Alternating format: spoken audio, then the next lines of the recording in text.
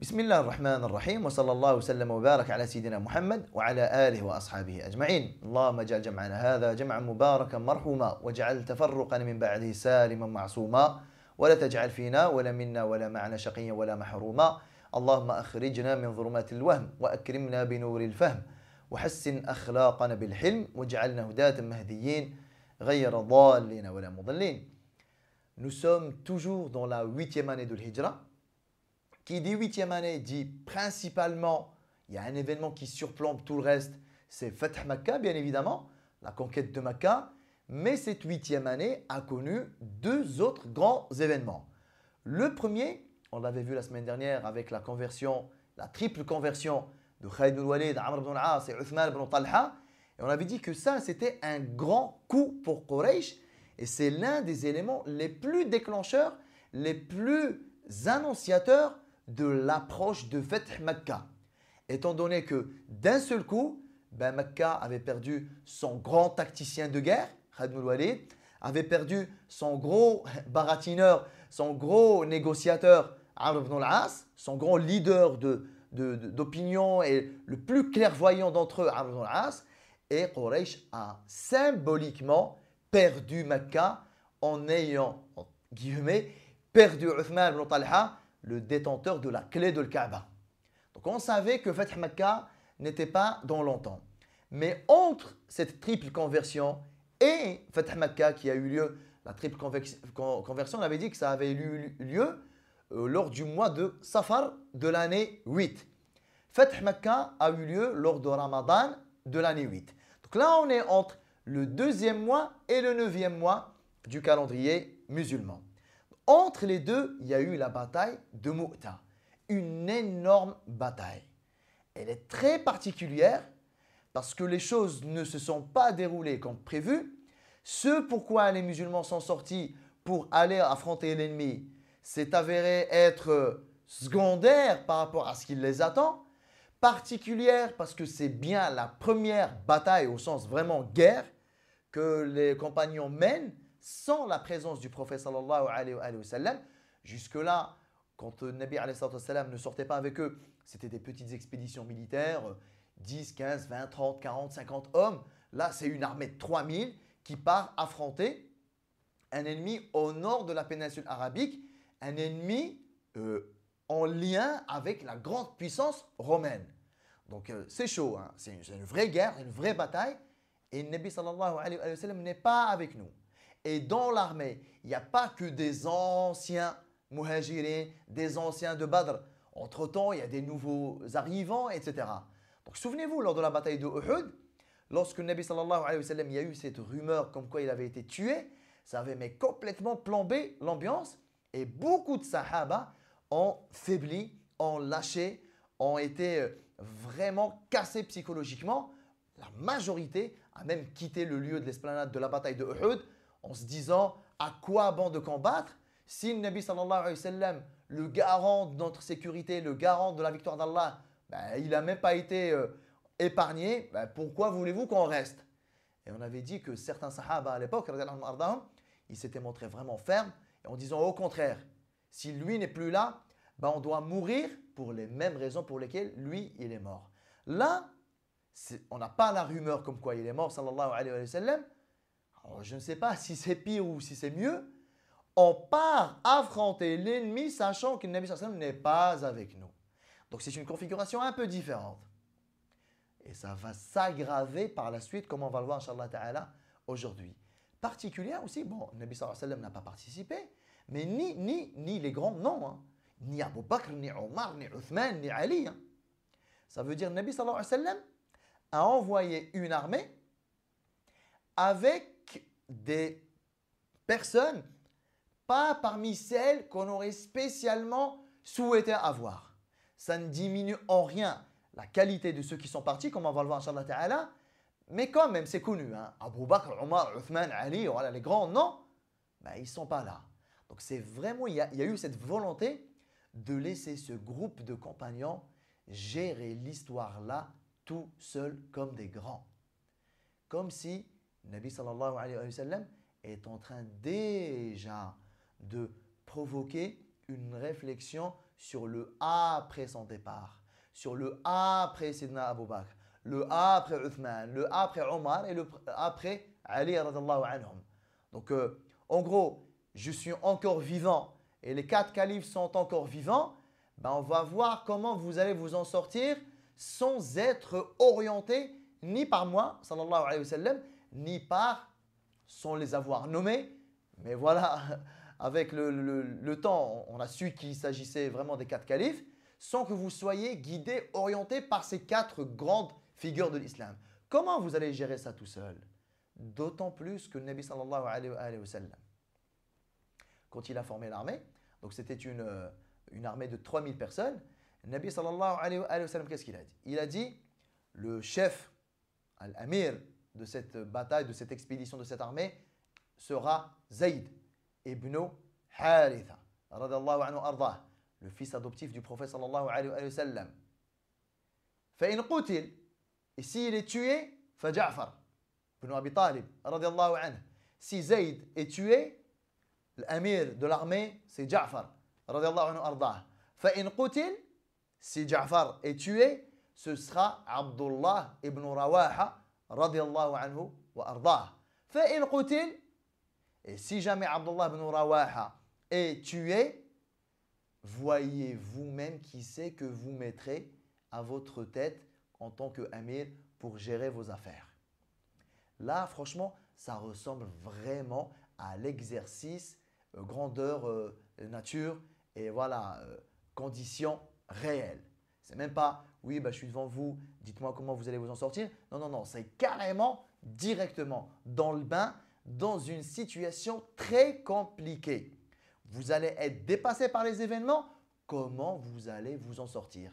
L'avantage que ça a, on en parlera Inch'Allah Ta'ala la semaine prochaine, mais d'ores et déjà on peut dire, l'avantage que ça a, c'est que quoi que vous fassiez, quoi que vous décidiez, peu importe les erreurs que vous êtes susceptibles de commettre, Nabi sallallahu alayhi wa sallam est encore en vie. Ça peut se corriger de son vivant et ça peut se rectifier de son vivant sallallahu alayhi wa sallam. Donc on a dit que la bataille de Mu'ta, sa cause est que Nabi sallallahu alayhi wa sallam a voulu réprimander ces Arabes-là de Bosra et de Dimashq, ces Arabes de Cham affiliés aux Romains qui ont très mal accueilli les émissaires du prophète sallallahu alayhi wa sallam et qui ont été jusqu'à tuer Al-Harith ibn Umayr. Al-Harith ibn Umayr, c'est l'un des émissaires du prophète sallallahu alayhi wa sallam qui a été tué, pas le seul d'ailleurs, qui a été tué lorsque le Nabi sallallahu alayhi wa sallam, comme on l'a vu il y a 2 semaines, quand il les a envoyés chez les empereurs et chez les rois.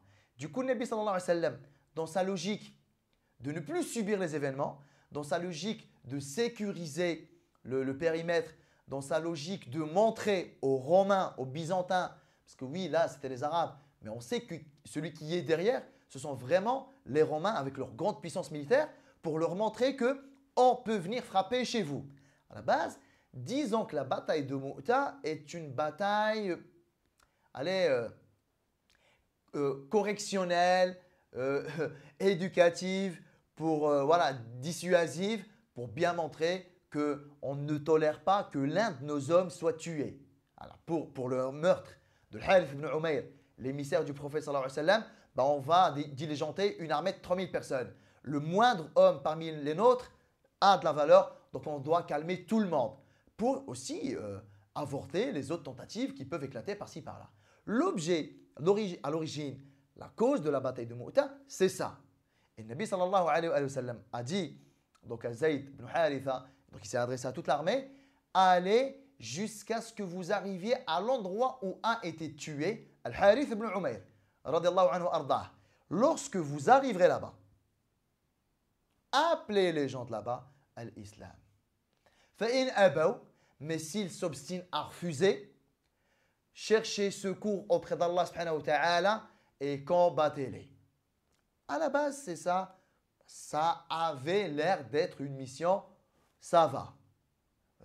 3000 personnes pour aller faire peur un petit peu à 2-3 tribus vite fait, ça va, c'est jouable. Alors l'armée, elle est sortie. À leur tête, Zayd ibn Haritha, radiyallahu anhum ajma'in. Lorsqu'ils sont arrivés à un endroit qui s'appelle Ma'an. sur le chemin pour aller au nord. Hein. Mu'ta, c'est une ville jordanienne actuellement. Donc pour aller à Mu'ta, on longe le chemin du nord qui va vers Sham. Sahaba, à un moment donné, ils ont stationné à un endroit qui s'appelle Ma'an. Quand ils ont stationné là, ils ont eu des nouvelles qui changent mais complètement la donne. Qu'est-ce qu'ils ont eu comme info? Qui se sont avérées réelles. Hein. Ils ont entendu dire que Sharhabil, c'est lui qui a fait tuer Harith ibn Umayr radiyallahu anhu. Sharhabil, c'est la marionnette de César. Hein, c'est un arabe, c'est le roi de Bousra. Donc, lui, il travaille pour les Romains, pour César. Il a entendu l'arrivée des musulmans, ouais, comme quoi pour venger la mort de Harith ibn Umayr. Alors, qu'est-ce qu'il a fait, Sharhabil? Il a été sollicité plusieurs tribus alliées. Et il a réussi à former une armée de 100 000. Ensuite, il a demandé renfort à César, qui a envoyé une armée de 100 000. Du coup, on est en face d'un ennemi de 200 000 guerriers armés jusqu'aux dents, équipés comme pas possible. La technologie militaire des Romains, ça n'a rien à voir avec celle des Arabes. Ils ont des longueurs d'avance. 200 000. Je ne sais pas si on arrive à réaliser ça. Sahaba sont 3 000. Les autres sont 200 000. C'est comme si chaque sahabi devait se battre contre pas loin de 70 personnes. Tu es là? Tu es sur l'esplanade de la bataille? Ben, débrouille-toi maintenant pour combattre et te battre contre 70 personnes à peu près. Hein. 3 000 fois 70, c'est 210 000. Donc, allez, on va dire 67 personnes à peu près. Comment tu fais? Ah, ça change de tout là. À la base, on est sorti, on est 3 000. Et regardez déjà, les premiers petits problèmes commencent. Les premiers petits problèmes organisationnels, gestion de groupe, prise de décision. Ben à la base, nous on est sorti 3 000. On devait aller là-bas juste pour les secouer un coup, juste pour leur faire peur. On les appelle à l'islam. Oui, non. Si on a de la résistance, hop, vite fait, on se bat avec quelques centaines, allez, quelques milliers. Voilà, et on rentre. Non, mais là, on est dans une autre dimension là. Ouais, les Romains, l'armée romaine s'est déplacée de loin. 100 000 guerriers. Et Sharhabil a formé une armée de 100 000 parmi les tribus arabes du nord. 200 000. Comment on va faire? Là, ça a changé. Qu'est-ce qu'on fait? On y va? On n'y va pas? Donc, ils ont stationné dans cet endroit qui s'appelle Ma'an. Et du coup, ils sont en train de discuter. Regardez, déjà, ça commence. Voilà, il faut prendre une décision capitale. Donc, discutage, voilà, discussion, on échange, qu'est-ce qu'on fait? On continue, on rentre, on envoie une lettre au professeur sallam pour lui dire, écoute, il y a du nouveau, ben, qu'est-ce que tu nous conseilles de faire? Mais là, on va prendre ces cas de figure-là. Écoutez, là, c'est chaud, c'est pas pourquoi on est sorti, ben, je préfère qu'on rentre et on verra là-bas. Subhanallah, pour une fois, le Nabi sallallahu alayhi wa sallam, il vous fait confiance, il vous envoie un grand truc. Voilà, à la première difficulté, vous rentrez, et à il y a du nouveau, on ne sait pas quoi faire. Si vous restez là-bas et que vous envoyez une lettre, le temps qu'elle arrive, le temps que le Nabi sallallahu alayhi wa sallam vous réponde, et quoi? Vous vous attendez à quoi? Entre-temps, l'ennemi il avance, peut-être la situation elle va empirer. Qu'est-ce qu'on fait? Voilà, hop, Abdullah ibn Rawaha. Déjà, Sahaba dans l'ensemble, ils avaient plus ou moins validé l'idée d'envoyer une lettre au prophète sallallahu alayhi wa sallam et d'attendre ce qu'il va nous dire. S'il nous dit de revenir, de rentrer, on rentre. S'il nous dit de faire autre chose, Inch'Allah ta'ala, on va lui obéir, il n'y a pas de problème. Mais voilà, on a besoin de consignes, voire peut-être, hein, ils l'ont verbalisé, peut-être que le Nabi sallallahu alayhi wa sallam va nous envoyer du renfort. Mais concrètement, quel renfort? Ils sont 200 000. Vous voulez qu'ils vous envoient combien de bonhommes encore? Encore 2 000? Encore 3 000? Les musulmans, ils sont peu nombreux. Donc l'histoire de recevoir du renfort, ouais, elle n'était pas très crédible. Que le Nabi sallallahu alayhi wa sallam nous dise, allez-y, foncez, bon ok, si c'est lui qui nous le dit, on va le faire. Donc eux, ils étaient hésitants. Abdullah ibn Rawaha, le troisième amir, si Zayd est tué, si Ja'far est tué. Abdullah ibn Rawaha, il a regardé les musulmans, il leur a dit, Ya qawm, ô peuple. Il a dit une phrase qui pèse très très très lourd. Il leur a dit, Ya qawm, inna allati takhafoun, lallati kharajtum tatlubun. Ô peuple, celle que vous redoutez là, celle dont vous avez peur, par Allah, c'est exactement celle pour laquelle vous êtes sortis. Il parlait de quoi? La mort, shahada. Là, d'un coup, là, vous avez peur. Vous avez peur de quoi? L'ennemi, il a changé. On partait sur une affrontation, une confrontation de 5000, on se retrouve avec 200 000. Vous avez peur de quoi? De mourir? Par Allah, c'est ce que vous êtes sortis chercher. Celle que vous redoutez, c'est celle-là pour laquelle vous êtes sortis. Ya qawm, par Allah, innaha la ihda al-husnayayn. Ô peuple, par Allah, c'est l'une des deux bonnes nouvelles. Imma dhuhur wa imma shahada. Par Allah, ô peuple, c'est l'une des deux bonnes nouvelles. Soit on va dominer nos ennemis, soit shahada. Quand il a dit ça,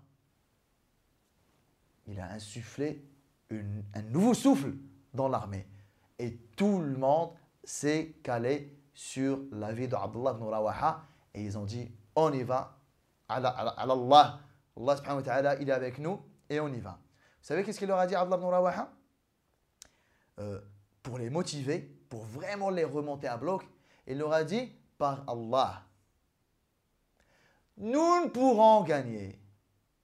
Et nous n'avons gagné ni par notre nombre, ni par nos armes, uniquement par cette religion avec laquelle Allah subhanahu wa ta'ala nous a comblés. La quwwa, wala bi'adad, wala bimadad, walakin bihadha ad-din alladhi akramana Allahu bih. Vous pensiez que quoi là? Vous pensiez que c'est notre nombre qui va faire la différence? Vous pensez que c'est notre nombre qui a fait la différence? Le jour de Badr, on était 300. Allah il nous a fait triompher. Le jour de Uhud, on était 1000. Mais on n'a pas réussi à triompher. Le jour de l'Ahzab, on était mais complètement encerclés. Allah nous a fait triompher. Là, on est 3000. Ils sont de 200 000. Dans les causes de ce bas monde, ah oui, on est mort. Mais jamais nos armes ont fait la différence. Jamais notre nombre a fait la différence. Qu'est-ce qui a fait la différence? La religion qu'il y a dans nos cœurs, celle avec Allah, nous a comblés. Levez-vous et avancez si vous voulez rejoindre Allah subhanahu wa ta'ala. C'est très très fort. Subhanallah, c'est toujours incroyable quoi, de voir que dans certaines situations, lorsque, même s'il y a des gens de très grande qualité, hein, je ne sais pas vous, moi ça me rappelle un petit peu l'espèce de doute et de tension qu'il y avait chez l'Ansar lorsqu'ils sont venus faire l'allégeance avec le Nabi sallallahu alayhi wa sallam. Lorsque As'ad ibn Zurara, pareil, il a pris la parole, il les a regardés, il leur a dit, qu'est-ce que vous voulez? Il leur a dit, par Allah, vous savez que c'est le dernier prophète. Par Allah, vous savez, vous avez quitté le Médine, vous êtes venu à Mecca pour lui prêter allégeance, vous savez pourquoi vous êtes sortis. Par Allah, si vous avez encore un doute dans le cœur, on préfère que vous ne prêtiez pas allégeance plutôt que vous prêtiez allégeance et que vous n'en soyez pas à la hauteur. On est toujours émerveillé, subhanallah, lorsque dans un groupe, une personne, Allah subhanahu wa ta'ala, il fait bêta. Allah subhanahu wa ta'ala, il affermit une personne sur 3000. Et cette personne-là, subhanallah, elle vous change la motivation générale de tout le monde, quoi. Tout le monde est là, qu'est-ce qu'on fait? Qu'est-ce qu'on fait? Un homme, il prend la parole, il dit 3 phrases, et ça y est, ça te motive une armée. Donc, ils se sont calés sur son avis, radiyallahu anhu ardah. Juste au passage, on va le développer, Inch'Allah ta'ala, la semaine prochaine, Inch'Allah ta'ala. Mais juste ici, on va juste rappeler que Zayd ibn Haritha, Makki, enfin, muhajir, parmi les premiers musulmans. Ja'far, Makki, muhajir, parmi les premiers musulmans, radiyallahu anhuma. Abdullah ibn Rawaha, Ansari, Khazraji. Et subhanallah, habituellement, on a toujours été habitué à ce que le Nabi sallallahu alayhi wa sallam, lorsqu'il y a un groupe, il met toujours à sa tête un muhajir. Parce qu'on a, voilà, l'ancienneté de l'islam, parce que, voilà, il y a plusieurs considérations qui font que les dignes de ce genre de responsabilité-là sont les gens de Mecca, ce sont les muhajirin. Abdullah ibn Rawaha, subhanallah, c'est un Ansari, c'est un Khazraji. Pourtant, le Nabi sallallahu alayhi wa sallam leur a dit, si c'est plus Zayd, c'est Ja'far. Si c'est plus Ja'far, c'est Abdullah ibn Rawaha. C'est une première qu'un Ansari dirige tout un groupe alors qu'il y a des muhajirin avec. Là, on n'en est pas encore arrivé là. Zayd n'est pas encore mort, Ja'far n'est pas encore mort, mais regardez-moi Abdullah ibn Rawaha, subhanallah, il se distingue déjà. Et il va se distinguer encore plus. Hein. Donc là, ils ont fait le choix d'avancer. Et ils sont arrivés là où voilà, la bataille a démarré. Ils se sont positionnés à Mou'ta, etc. Et la bataille a démarré. Alors, Sahaba, subhanallah, comment vous dire ça? Là, cette bataille de Mou'ta, ils ont fait preuve d'un investissement et d'une implication hors norme.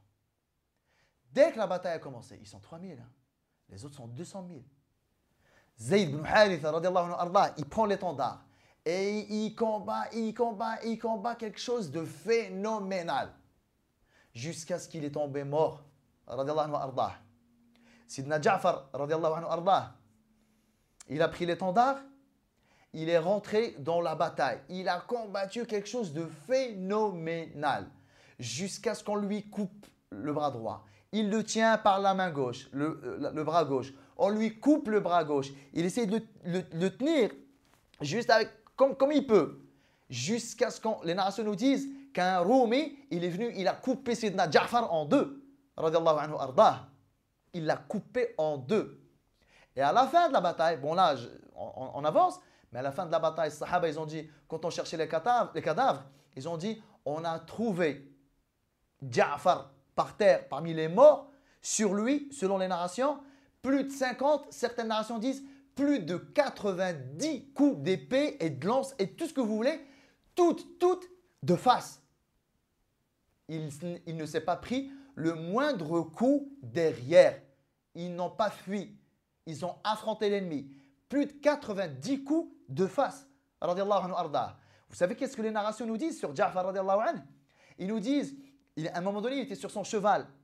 Et tellement la bataille, elle était difficile, elle était compliquée. La peur, c'était quelque chose de très fort. Tu pouvais fuir le jour-là, subhanallah. Vous savez qu'est-ce qu'il a fait, Sidna Ja'far?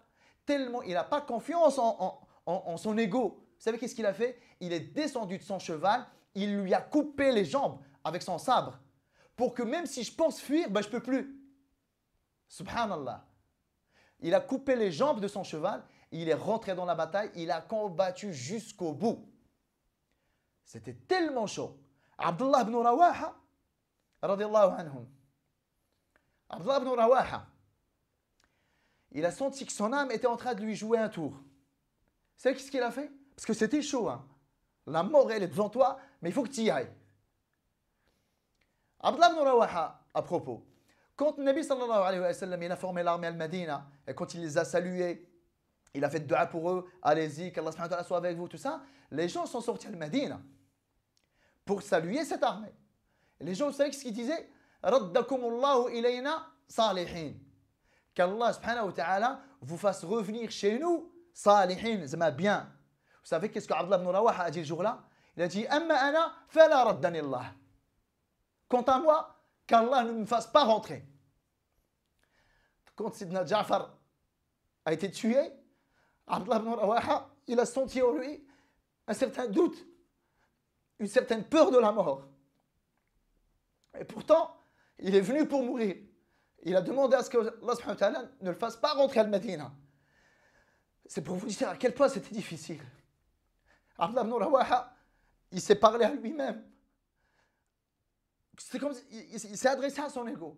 Il a dit Aqsamtu alayki ya nafsu la tanzilinna. Je te demande par Allah, ô nafs, de rentrer dans le combat.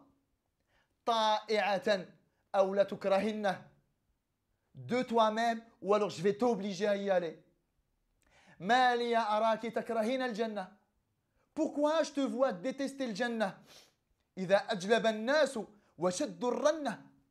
Pourquoi je te vois flipper? Pourquoi je te vois détester et ne pas aimer le paradis dès que tu vois que le combat est devenu difficile?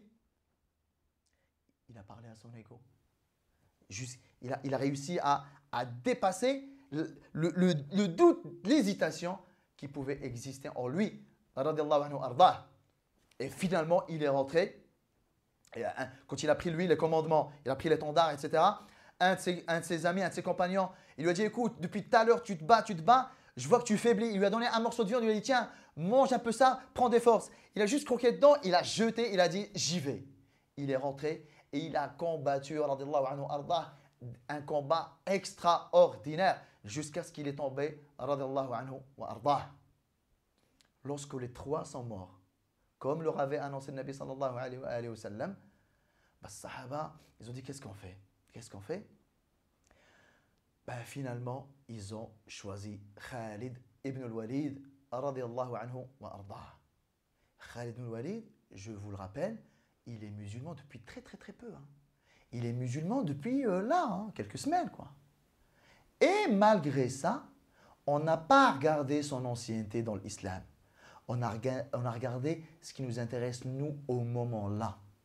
Du coup, Sahaba ardahum ont choisi Khalid ibn Walid. Et Khalid ibn Walid a combattu, vous connaissez Khalid ibn Walid, ça ne sert à rien de parler de ça. Khalid ibn Walid, il a combattu quelque chose de phénoménal. Vous savez qu'est-ce qu'il dit, radiallahu anhu ardah? Il a dit, « Inqata'at fi yadi, yawma mu'ta, tis'atu asyaf » Il a dit, le jour de Mu'ta, il y a 9 épées qui se sont cassées dans ma main. Il a combattu, son épée s'est cassée. La deuxième, la troisième, il a dit, il y a 9 épées qui se sont cassées dans ma main. Tellement le combat était difficile, tellement c'était compliqué, tellement c'était chaud. Il a dit à la fin, j'avais plus qu'un morceau de métal que j'avais sur moi. Radiallahu anhu ardah.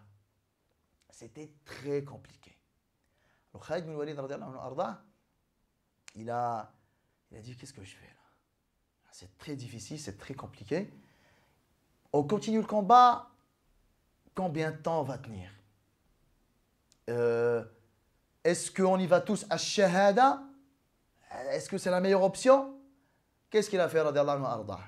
Le lendemain, la partie de l'armée qui était sur la droite du champ de bataille, il leur a ordonné d'aller à gauche. La partie qui était sur le côté gauche de la bataille, il leur a dit, allez à droite. Ceux qui étaient devant, revenez derrière. Ceux qui étaient derrière, revenez devant. Et il leur a dit, voilà, motivez-vous un petit peu, changez de tête, voilà, ayez l'air frais, lavez-vous, lavez vos affaires, ayez l'air frais. Il a demandé à certains compagnons juste de tourner avec leurs chevaux pour faire monter la poussière. Juste de la ruse. Qu'est-ce qu'il voulait, radiallahu anhu ardah?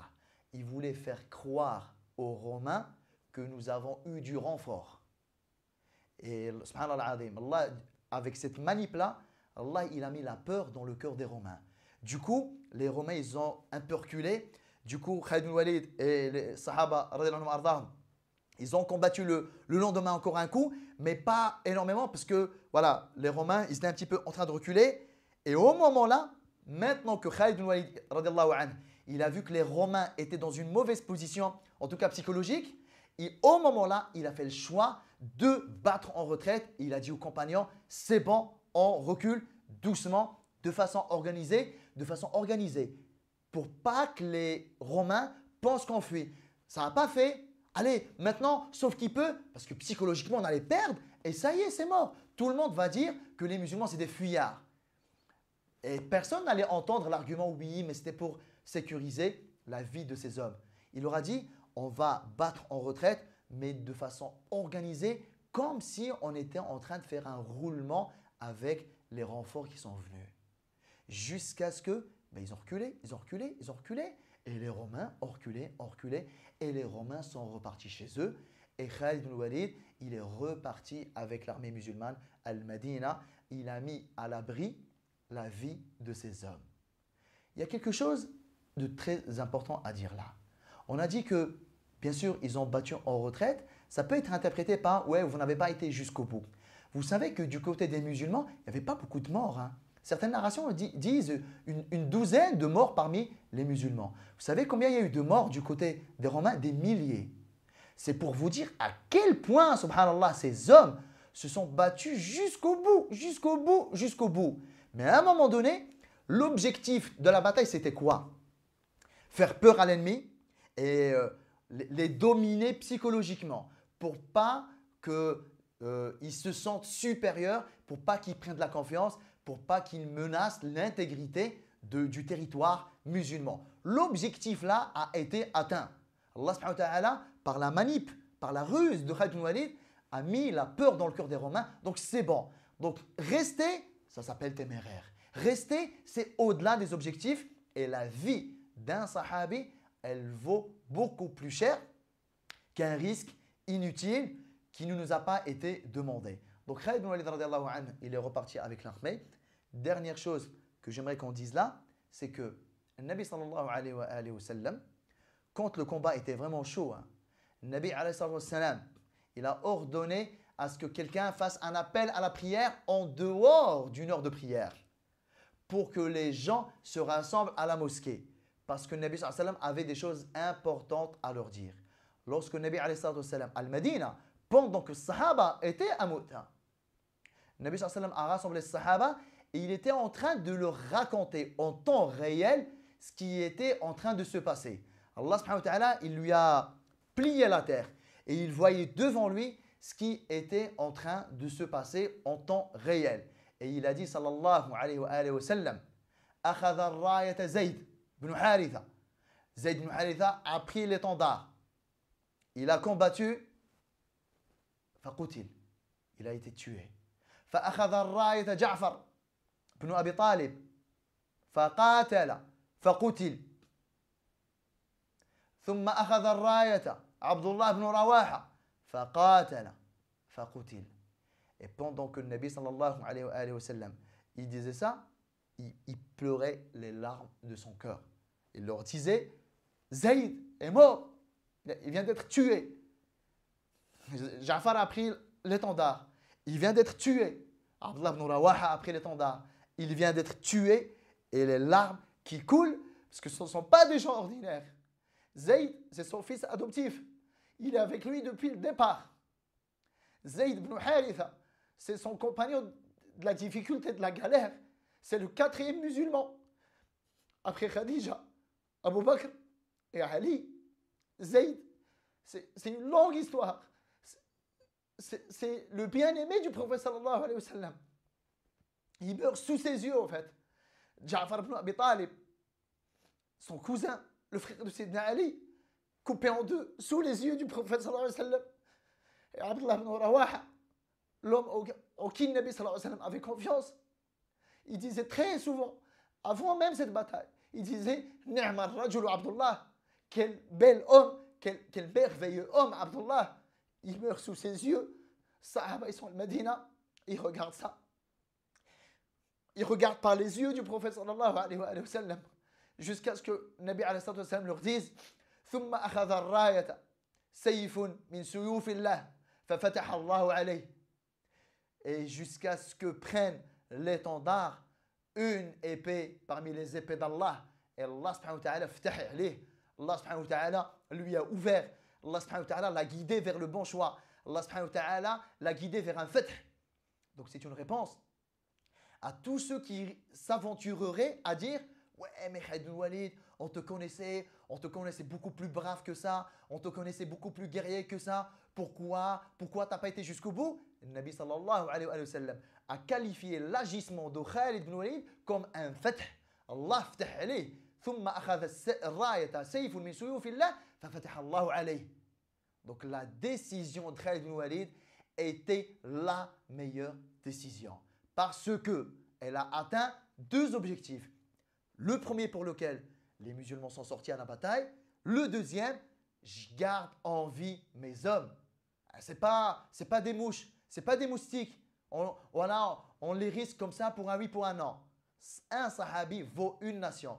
Donc vous vous imaginez bien que lorsque les sahaba sont rentrés à Medina, le Nabi sallallahu alayhi wa sallam avait le moral que sur les 3000, il n'y ait qu'une douzaine de morts. Ça aurait pu être la boucherie. On aurait pu perdre les 3000.